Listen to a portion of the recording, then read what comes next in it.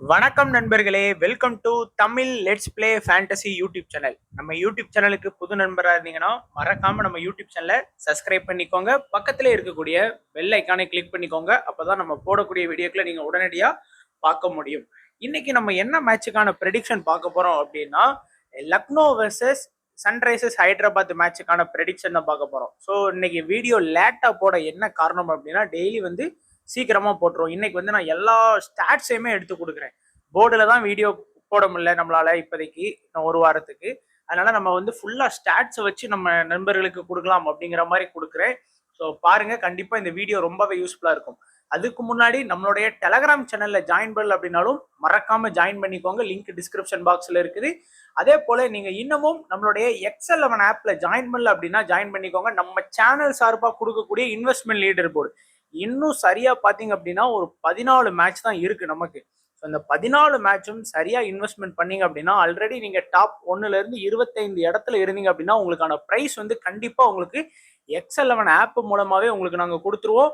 So மறக்காம எல்லாருமே எக்ஸ்11 ஆப்ல ஜாயின் பண்ணிக்கோங்க. அது போக உங்களுக்கு ஜிஎஸ்டி, டிடிஎஸ் அப்படின்னு எல்லாமே உங்களுக்கு வந்து 100% ஃப்ரீயா தான் கொடுக்குறாங்க காயின்ஸ் மூலமா. ஸோ ஜாயின் பண்ணாதவங்க சீக்கிரமா ஜாயின் பண்ணிக்கோங்க. அண்ட் இப்போ நம்மளுடைய ப்ரெடிக்ஷன் பார்ப்போம். ஸோ ஃபர்ஸ்ட் வந்து நம்ம பார்த்தோம் அப்படின்னா நம்மளுடைய ப்ரெடிக்ஷன் வந்து லக்னோ வர்சஸ் எஸ்ஆர்ஹெச் மேட்ச். இந்த பிச்சை வந்து பார்ப்போம். இந்த மேட்ச் வந்து லக்னோல தான் நடக்கு. ஸோ இந்த பிச்சு வந்து பொதுவாக என்ன சொல்லியிருக்காங்க அப்படின்னு பார்த்தீங்க அப்படின்னா, பேட்ஸ்மேனுக்கு வந்து நல்ல சப்போர்ட் இருக்கும், குட் ஃபார் பேட்டர்ஸ். அதே போல ஸ்பின்னர்ஸுக்கும் வந்து இந்த கிரவுண்ட் வந்து கொஞ்சம் நல்லா அசிஸ்ட்னா கொஞ்சம் சப்போர்ட் பண்ணும் அப்படின்னு சொல்லியிருக்கிறாங்க. ஒரு ஆவரேஜான ஸ்கோரா 150 இருக்கு. இந்த கிரவுண்டில் லக்னோ வந்து 18 மேட்ச் ஆடி இருக்கிறாங்க. அதுல வந்து அவங்க வந்து 9 மேட்ச் வந்து வின் பண்ணியிருக்காங்க. எஸ்ஆர்ஹெச் ஒரு மேட்ச் ஆடி 0 வின் தான். அதே போல இந்த கிரவுண்ட்ல பேட்டிங் ஃபர்ஸ்ட் பண்ண டீம் அப்படின்னு பாத்தீங்கன்னா 5க்கு 1 தான் வின் பண்ணியிருக்கிறாங்க இப்போதைக்கு ரீசெண்டா நடந்ததுல. அதே போல ஃபாஸ்ட் வந்து 31 விக்கெட் எடுத்திருக்கிறாங்க. ஸ்பின்னர் வந்து 19 விக்கெட் வந்து எடுத்திருக்கிறாங்க லாஸ்ட் 5 மேட்ச்ல.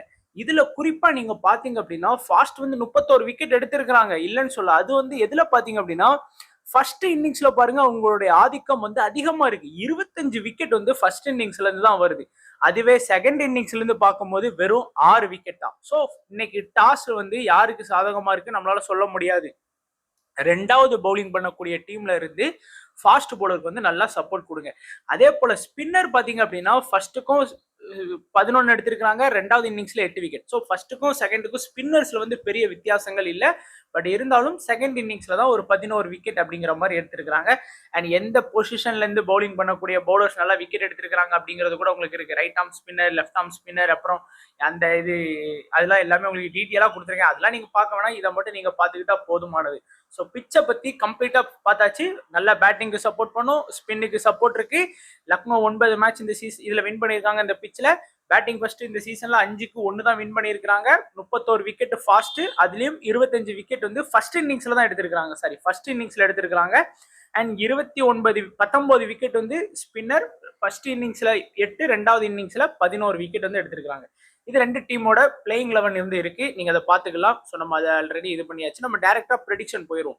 அண்ட் நம்மளுடைய ஃபர்ஸ்ட் ப்ரெடிக்ஷன் மார்க்ரம் வந்து எஸ்ஆர்ஹெச்சுக்கு அகைன்ஸ்டா வந்து ஒரு 28 ரன் ஸ்கோர் பண்ணியிருக்கிறாரு. அதுவும் குறிப்பா ஃபர்ஸ்ட் இன்னிங்ஸ்ல வந்து பாத்தீங்கன்னா நல்லாவே ஆடி இருக்கிறாரு. ஒரு 27 அப்படிங்கிற மாதிரி ஆடி இருக்கிறாரு. அண்ட் இந்த வெனியூலையும் பாத்தீங்க அப்படின்னா மார்க்ரம் வந்து ஒரு நல்ல ஸ்கோர் பண்ணியிருக்கிறாரு. 6 மேட்ச்லயே வந்து பார்த்தோம் அப்படின்னா நமக்கு வந்து ஒரு 197 ரன் அடிச்சிருக்கிறாரு. அதுலயும் குறிப்பா மார்க்ரம் வந்து இந்த வெனியூல ஃபர்ஸ்ட் பேட்டிங் பண்ணா ரொம்ப ஸ்ட்ராங்கா நல்லா ஸ்கோர் பண்ணியிருக்கிறாரு.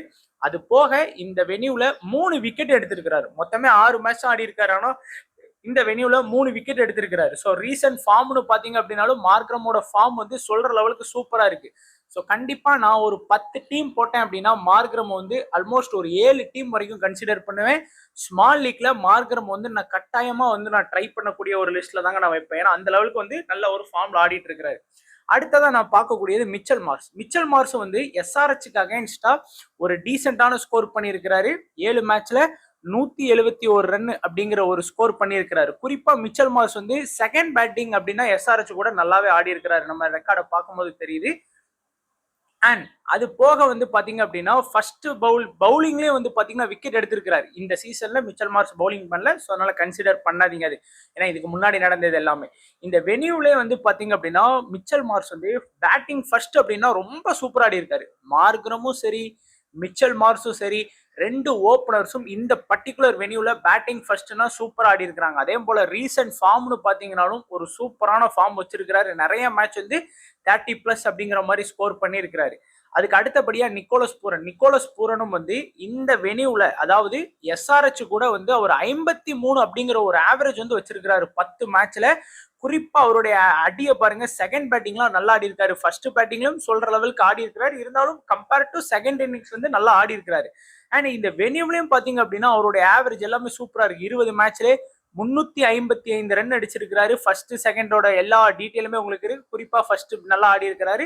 ரீசெண்ட் ஃபார்மையும் பாருங்க, எல்லா மேட்சுமே ஓரளவுக்கு நல்லா ஸ்கோர் பண்ணியிருக்கிறாரு. ஒரு சில மேட்ச் மட்டும் தான் ஒரு ஃபிளாப்பான ரிசல்ட் கொடுத்திருக்காரு தவிர மீதி எல்லா மேட்சுமே ஒரு 44, 70, 75, 70, 42, 58 அப்படின்னு சொல்லி கொஞ்சம் நல்லாவே ஸ்கோர் பண்ணியிருக்கிறாருங்கிறத நம்ம பாக்குறோம்.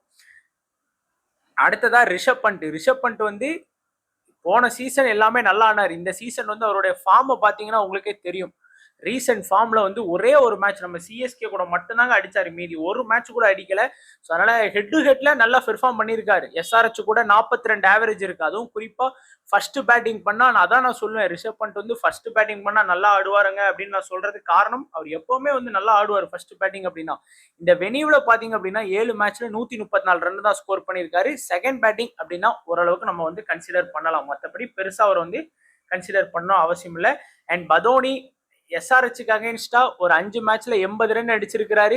அண்ட் அதுல பார்க்கலாம், இந்த வென்யூல 19 மேட்ச்ல 373 ரன் வந்து ஸ்கோர் பண்ணி கொடுத்துருக்காரு. ஃபர்ஸ்ட் இன்னிங்ஸ்ல வந்து நல்லாவே ஆடி இருக்கிறாரு. அண்ட் ரீசன்ட் ஃபார்முமே நல்லாவே வந்து பாத்தீங்கன்னா இருக்கு. ஸோ நம்மளுடைய பதோனி வந்து உண்மையிலே இந்த சீசன்ல வந்து அண்டர் வேல்யூடு பிளேயரா வந்து எல்லா மேட்சுமே ஒரு கன்சிஸ்டன்சி வந்து பாத்தீங்கன்னா அந்த லக்னோக்கு வந்து கொடுத்துட்டு இருக்காரு. ஸோ கண்டிப்பா கன்சிடர் பண்ணுங்க. அண்ட் டேவிட் மில்லர் எஸ்ஆர்எச்சுக்கு அகைன்ஸ்டா ஒரு 29 ஆவரேஜ் வச்சிருக்கிறாரு. அதுலயும் குறிப்பா பாத்தீங்கன்னா செகண்ட் இன்னிங்ஸ்ல வந்து மில்லர் வந்து நல்லா ஆடி இருக்கிறாரு. நீங்க வந்து செகண்ட் இன்னிங்ஸ்ல கொஞ்சம் கன்சிடர் பண்ணி பார்க்கலாம். இந்த வென்யூல 6 மேட்ச் ஆடி 73 ரன் மட்டும் தான் ஸ்கோர் பண்ணியிருக்கிறாரு நம்ம பார்த்தோம். அண்ட் ரீசன்ட் ஃபார்மும் பாத்தீங்க அப்படின்னா நிறைய மேட்ச் வந்து நாட் அவுட்ல நிற்காரு. அவருக்கான பேட்டிங் பொசிஷன் அதெல்லாம் சரியா கிடைக்கல. ஏன்னா சில மேட்ச் வந்து அப்துல் சமாடுக்கும் அப்புறம் தான் அவர் வந்து வர்றாரு. அப்படியே வந்தாலும் ஒரு 15வது ஓவர் 17வது ஓவர் இந்த மாதிரி தான் உள்ள வர்றாரு. அண்ட் அப்துல் சமாட் எஸ்ஆர்எச்சுக்கு அகேன்ஸ்டா ஒரு மேட்ச் ஆடி இருக்கிறாரு. 22 ரன் ஸ்கோர் பண்ணியிருக்காரு. இந்த வென்யூல நல்லா ஆடி இருக்கிறாரு. குறிப்பா ஃபர்ஸ்ட் பேட்டிங் பண்ற மாதிரி இருந்தா நீங்க கன்சிடர் பண்ணுங்க. அடுத்து ஆவேஷ் கான். எல்லாமே நம்ம பவுலிங் ஆப்ஷன் தான் நம்ம பார்க்க போறோம். 3 பவுலிங் ஆப்ஷனை கரெக்டா பார்க்கலாம். ஆவேஷ் கான் இந்த எஸ்ஆர்எச்சுக்கு அகேன்ஸ்டா 8 மேட்ச்ல 14 விக்கெட் வந்து எடுத்திருக்கிறாரு. அதுவும் குறிப்பா பாத்தீங்க அப்படின்னா ஃபர்ஸ்ட் பவுலிங் பண்ணும்போதும் சரி, ஃபர்ஸ்ட் பவுலிங் பண்ணும்போது 5 மேட்ச்ல 9 விக்கெட். ஸோ ஒரு மேட்சுக்கு 2 விக்கெட் எடுத்த மாதிரி எடுக்கிறாரு எஸ்ஆர்எச் கூடனாலே. அதே போல 3 மேட்ச்ல 7 விக்கெட் செகண்ட் இன்னிங்ஸ்ல. ஸோ ஃபர்ஸ்ட்டுக்கும் செகண்டுக்கும் பெரிய வித்தியாசங்கள் இல்லை, நல்லா ஆடி இருக்காரு. ஆனா இந்த வென்யூல 9 மேட்ச்ல 6 விக்கெட் தான் ஸ்கோர் பண்ணியிருக்கிறாரு. குறிப்பா பாருங்க, செகண்ட் இன்னிங்ஸ்ல பவுல் பண்ணும்போது விக்கெட் எடுக்கல. 6 மேட்ச்ல 4 தான் எடுத்திருக்கிறாரு. அதுவே ஃபர்ஸ்ட்னா கூட பரவாயில்ல, 3க்கு 2 எடுத்திருக்கிறாரு. ஸோ ஆவேஷ் கான் வந்து இந்த வென்யூல ஃபர்ஸ்ட் பவுலிங் பண்ணா நீங்க கண்டிப்பா இம்பார்ட்டன்ஸ் கொடுக்கலாம். ரீசன்ட் ஃபார்ம் பாருங்க, ஒரு சில மேட்ச் மட்டும் தான் 0 விக்கெட்ல இருக்கு. மற்றபடி எல்லா மேட்சுமே மினிமம் ஒரு விக்கெட் ஆச்சும் உங்களுக்கு ஆவேஷ் கான் எடுத்து கொடுத்துருவாரு. அந்த டீமோட டெத்ல பவுல் பண்றாரு. சதுல் தக்கர், மயங்க் யாதவ் இல்லாதனால சதுல் தக்கர் ஆடுறதுக்கான வாய்ப்பு இருக்கு. அவரும் பொறுத்த வரைக்கும் பாத்தீங்கன்னா 16 மேட்ச் ஆடி இருக்காரு. எஸ்ஆர்எச் கூட 17 விக்கெட் எடுத்திருக்கிறாரு. பெருசா ஃபர்ஸ்ட் இன்னிங்ஸ்லயும் பாருங்க 9 மேட்ச்ல 10 விக்கெட், செகண்ட் இன்னிங்ஸ்லயும் 7 மேட்ச்ல 7 விக்கெட். இந்த வென்யூல 5 மேட்ச்ல 3 விக்கெட் மட்டும் தான் எடுத்திருக்கிறாரு. குறிப்பா அதுவும் பாருங்க, ஃபர்ஸ்ட் இந்த வென்யூல பவுல் பண்ணா நல்லா விக்கெட் எடுத்திருக்காரு. ஒரு மேட்ச்ல 2 எடுத்திருக்காரு. அதுவே செகண்ட் பவுல் பண்ணும்போது 4 மேட்ச்ல தாங்க 1 விக்கெட் எடுத்திருக்கிறாரு. அதனால ஃபர்ஸ்ட் பவுலிங் பண்ணா மட்டும் சதுல் தக்கரை இம்பார்ட்டன்ஸ் கொடுங்க. அதே போலதான் ஆவேஷ் கானும் ஃபர்ஸ்ட் பவுல் பண்ணா இம்பார்ட்டன்ஸ் கொடுங்க. பிரின்ஸ் யாதவ் எஸ்ஆர்எச் கூட ஒரு மேட்ச் ஆடி இருக்காரு. அதுவும் ஃபர்ஸ்ட் இன்னிங்ஸ்ல ஒரு மேட்ச் விக்கெட் எடுத்திருக்கிறாரு. இந்த வென்யூல ஒரு மேட்ச் ஆடி விக்கெட் எடுக்கல. அதுவும் செகண்ட் இன்னிங்ஸ்ல தான் பவுலிங் பண்ணியிருக்கிறாரு. ரீசன்ட் ஃபார்ம் பாத்தீங்கன்னா நிறைய 0 விக்கெட் அப்படிங்கிற மாதிரி நம்ம பார்க்க முடியுது. பட் நல்ல ஒரு பவுலிங் ஆப்ஷன் இருக்கக்கூடிய பவுலர். நான் எதிர்பார்க்கிறது 1 விக்கெட். ஸோ ஆவேஷ் கான் கிட்ட இருந்து நான் இன்னைக்கு எதிர்பார்க்கிறது 2 விக்கெட். சதுல் தக்கர்ட்ட இருந்து 1ல இருந்து 2 விக்கெட். அதுவும் குறிப்பா ஃபர்ஸ்ட் பவுலிங் பண்ணா மட்டும்தான். அதுக்கப்புறம் ஆகாஷ் சிங், இந்த 3 பவுலர் பார்க்கலாம். ஆகாஷ் சிங்கை பொறுத்த வரைக்கும் புதுசா தான் இறக்குனாங்க. லாஸ்ட் மேட்ச் தான் வாய்ப்பு கொடுத்தாங்க. அண்ட் எஸ்ஆர்எச் கூட ஒரு மேட்ச் ஆடி 1 விக்கெட் எடுத்திருக்கிறாரு. அதுவும் ஃபர்ஸ்ட் இன்னிங்ஸ்ல. இந்த வென்யூல அவர் ஆடுனதுல ரீசன்ட் ஃபார்ம் பாத்துருங்க, நிறைய 0 விக்கெட் தான் இருக்கு. இந்த மேட்ச்ல வந்து 0 விக்கெட், இதுல 0, இதுலயும் 0. ஸோ அப்படின்னு சொல்லி ஒரு மொத்தமே ஒரு 7 மேட்ச்ல லாஸ்ட் மேட்ச் பார்க்கும்போது அதில் ஒரு 4 மேட்ச் 0 விக்கெட்ல தான் இருக்கிறாரு. ஸோ கொஞ்சம் பார்த்து கவனமா ட்ரை பண்ணுங்க. இனிஷியல்லே பவர் பிளேயே வந்து பாத்தீங்கன்னா ஃபுல் அட்டாக் எடுக்கக்கூடிய போல. திக்வேஷ் சிங் மினிமம் ஒரு விக்கெட் கேரண்டி அப்படின்னு நான் ஸ்வேரா சொல்லக்கூடிய ஒரு பவுலர்ல பாக்குறேன். ஏன்னா ஒரு மேட்ச் ஆடி அதுவும் ஃபர்ஸ்ட் இன்னிங்ஸ்ல விக்கெட் எடுத்திருக்காரு. இந்த வெனியூல 5 மேட்ச் ஆடி 5மே ஃபர்ஸ்ட் மேட்ச் 1 விக்கெட் எடுத்திருக்காரு, 4 விக்கெட் எடுத்திருக்காரு. அதான் நான் சொன்னேன் மினிமம் ஒரு விக்கெட் கேரண்டி. அவரோட ரீசன்ட் பெர்ஃபார்மன்ஸ் எல்லாம் பாருங்க. நான் இன்னைக்கு பார்த்துட்டு நம்ம இந்த ஸ்டாட்ஸை பார்த்துட்டு சொல்ற ஆள் கிடையாது. நான் எப்பவும் சொல்றதுதான், திக்வேஷ் சிங்கை வந்து நான் எல்லா பிளேயரோடையும் கம்பேர் பண்ணுவேன். உங்களுக்கு பழைய வீடியோ பார்த்தவங்களுக்கு தெரியும். அண்ட் ரவி பிஷ்னோய் எஸ்ஆர்எச் கூட 8 மேட்ச்ல 9 விக்கெட் எடுத்திருக்கிறாரு. ஃபர்ஸ்டா இருந்தாலும் சரி செகண்டா இருந்தாலும் சரி ஈக்குவலா விக்கெட் எடுத்திருக்கிறாரு. இந்த வெனியூல 19 மேட்ச்ல 19 விக்கெட் எடுத்திருக்கிறாரு. குறிப்பா பாருங்க, ஃபர்ஸ்டா இருந்தாலும் சரி செகண்டா இருந்தாலும் சரி ஈக்குவல் பேலன்ஸோட தான் வந்து விக்கெட் எடுத்திருக்கிறாரு. ஃபார்ம்னு பார்க்கும்போது நிறைய 0 தெரியுது. இப்ப பாருங்களேன், இந்த இதுல 0 0 0 0 அந்த அப்படின்னு கொஞ்சம் 0 விக்கெட் வந்து கொஞ்சம் நிறைய தெரியறத நம்ம பாக்குறோம். ஸோ அதை கொஞ்சம் கவனமா பாத்துக்கோங்க. அண்ட் இதுல யார் வந்து போலிங் பண்ணுவான்னு உங்களுக்கு தெரியும். இனிஷியல்ல யாரு? ஷதுல் தக்கர், ஆகாஷ் சிங்கே, திக்வேஷ் ரதி, ஆவேஷ் கான். மோஸ்டா இந்த 3 பேர் வந்து பவர் பிளேல அட்டாக் பண்ணுவாங்க. டெத்ல ஷதுல் தக்கர், ஆவேஷ் கான், பிஷ்னா இல்ல திக்வேஷ் ரதி ஒரு ஓவர் அந்த லாஸ்ட் ஓவர்ல வந்து பவுல் பண்றதுக்கு வாய்ப்புகள் இருக்கும். அண்ட் இன்னைக்கு ஹெட் விளையாடுறதுக்கான வாய்ப்புலாம் குறைவுங்க வரல. பட் இருந்தாலும் நான் ஸ்டாட்ஸ் வந்து உங்களுக்கு காமிக்கிறேன், நீங்க பாத்துக்கோங்க. ஏன்னா நம்ம வந்து வரிசையா வைக்கிறதுனால. அண்ட் நம்மளுடைய அபிஷேக் சர்மா பொறுத்த வரைக்கும் 4 மேட்ச் ஆடி இருக்கிறாரு லக்னோக்கு அகேன்ஸ்டா. அண்ட் 101 ரன் வந்து ஸ்கோர் பண்ணியிருக்காரு. குறிப்பா செகண்ட் பேட்டிங்ல வந்து நல்லா ஸ்ட்ராங் ஆடி இருக்காரு லக்னோக்கு அகேன்ஸ்டா. அண்ட் இந்த வெனியூல பாத்தீங்க அப்படின்னா 4 மேட்ச்ல 111 ரன் வரைக்கும் ஸ்கோர் பண்ணி கொடுத்திருக்காரு. குறிப்பா செகண்ட் பேட்டிங்ல வந்து நல்லா ஆடி இருக்கிறாரு. ஒரு பெரிய ஹை ஸ்கோர் கொண்டு போயிருக்கிறாரு. ஸோ கண்டிப்பா நீங்க வந்து இன்னைக்கு அபிஷேக் சர்மா செகண்ட் பேட்டிங் பண்ணா கன்சிடர் பண்ணலாம். இஷான் கிஷான் 7 மேட்ச்ல 141 ரன் வந்து லக்னோக்கு அகேன்ஸ்டா ஸ்கோர் பண்ணியிருக்கிறாரு. பேட்டிங் ஃபர்ஸ்ட்னாலும் சரி பேட்டிங் செகண்ட்னாலும் சரி ஒரு டீசென்டான ஒரு ஆவரேஜ் வச்சிருக்கிறாரு.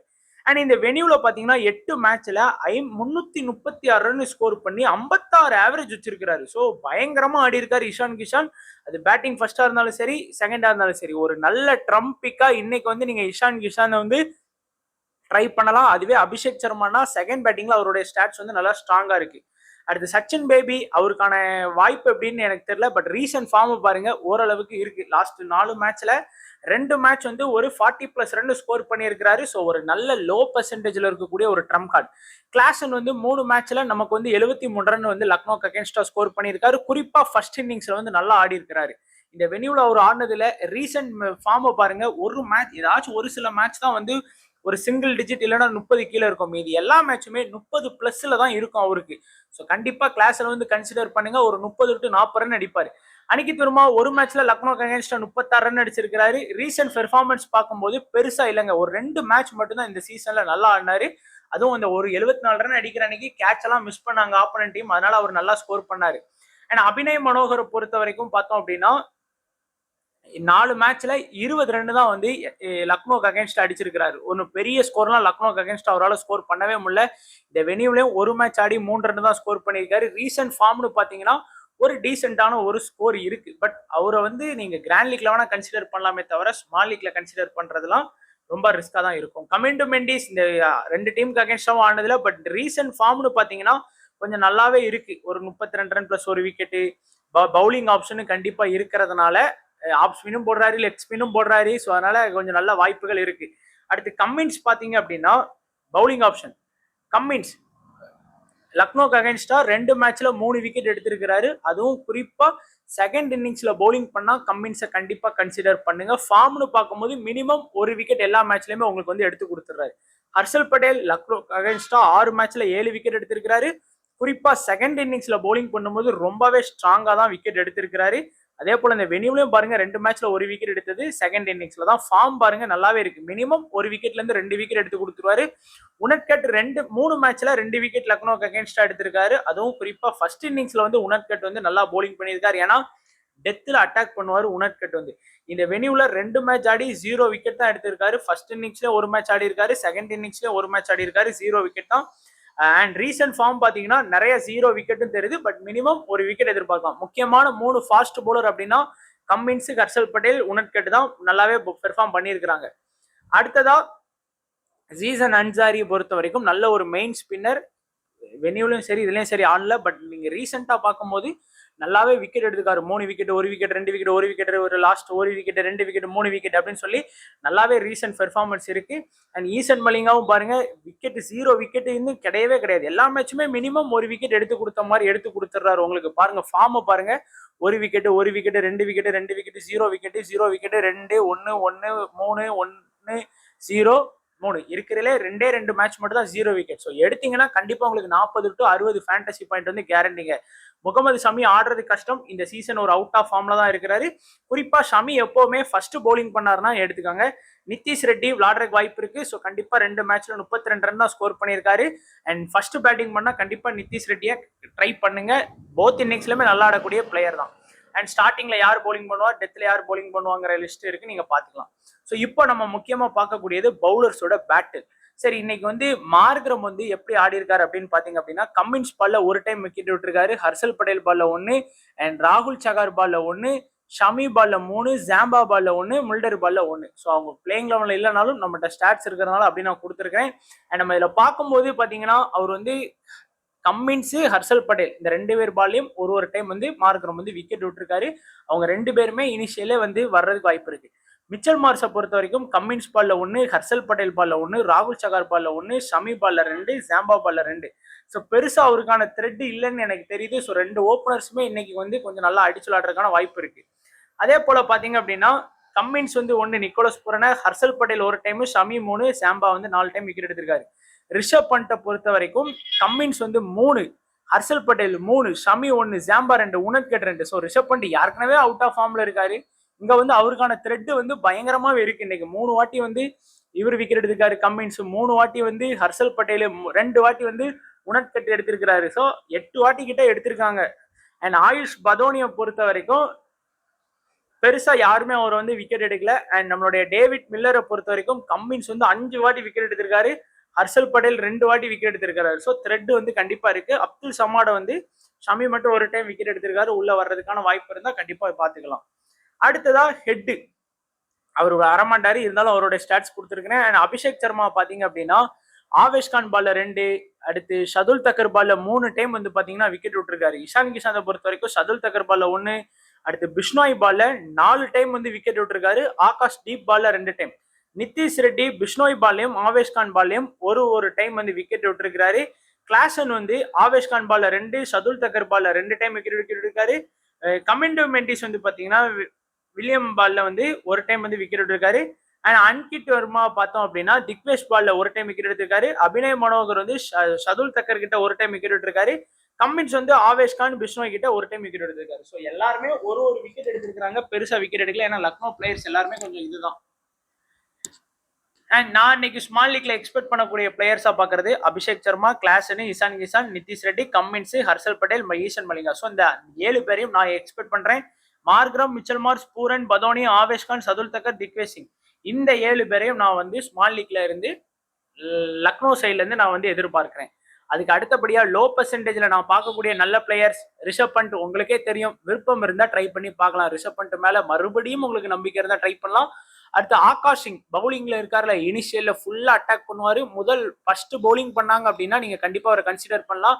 அண்ட் சச்சின் பேபி புதுசா இறக்குறாங்க, மேபி ஒரு 30+ ரன் அடிக்கிறதுக்கு வாய்ப்பு இருக்கு. சீசன் அன்சாரி 4 ஓவர் கண்டிப்பா, ஏன்னா அவர் தான் இந்த டீம்ல இருக்கக்கூடிய ஒரு மெயின் ஸ்பின்னர். இந்த பிச் வந்து ஸ்பின்னுக்கு அசிஸ்ட் பண்ணும் அப்படிங்கிற பிச் ரிப்போர்ட் தகவலை நீங்க பாத்தீங்க. அதனால நான் வந்து லோ பர்சன்டேஜ்ல கொடுக்குறேன். ஸ்மால் லீக்கை பொறுத்த வரைக்கும் கேப்டன் வைஸ் கேப்டன்ல Abhishek Sharma, Markram, Mitchell Marsh, Pooran இந்த 4 பேருமே பெஸ்ட் கேப்டன் வைஸ் கேப்டன் ஆப்ஷனா இன்னைக்கு வந்து இருக்கிறதுக்கு வாய்ப்புகள் அதிகமா இருக்கு. கிராண்ட் லீக்கை பொறுத்த வரைக்கும் ரிஷப் பண்ட், பிரின்ஸ் யாதவ், பதோனி, இஷான் கிஷான், ஹர்ஷல் பட்டேல் இந்த 5 பேரையும் நீங்க கண்டிப்பா கிராண்ட் லீக்ல கேப்டன் அண்ட் வைஸ் கேப்டனா கன்சிடர் பண்ணுங்க. ஸோ அவ்வளவுதான் நண்பா நம்மளுடைய ப்ரெடிக்ஷன். ஸோ சும்மா ஏனதானு கொடுக்காம உங்களுக்கு ஏத்தாறு போல எல்லா ஸ்டாட்ஸையுமே வச்சுதான் நான் கொடுத்துருக்கிறேன்.